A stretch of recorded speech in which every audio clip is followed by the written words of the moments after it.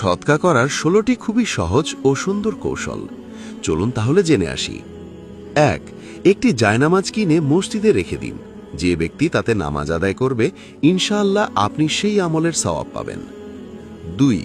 একটি বাটি বা গ্লাসে পানি ভরে জানালায় বা ছাদে পাখিদের জন্য রেখে দিন। এটিও সৎকার অন্তর্ভুক্ত। এটিকে অভ্যাসে পরিণত করুন, ইনশাআল্লাহ সওয়াব পাবেন। 3. আপনার পুরাতন বা ব্যবহার হচ্ছে না এমন পরিষ্কার পোশাক গরিব ও অসহায়দের দান করুন। 4.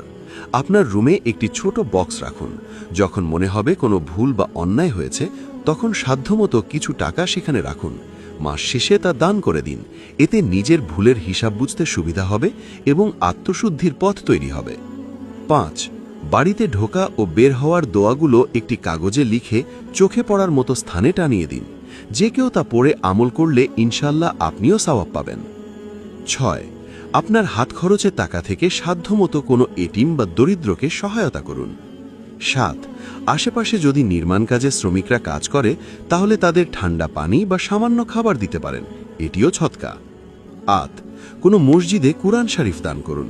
কুরআনের প্রতিটি অক্ষর পাঠে পাঠকারী যেমন সওয়াব পায়, ইনশাআল্লাহ আপনিও অংশীদার হবেন।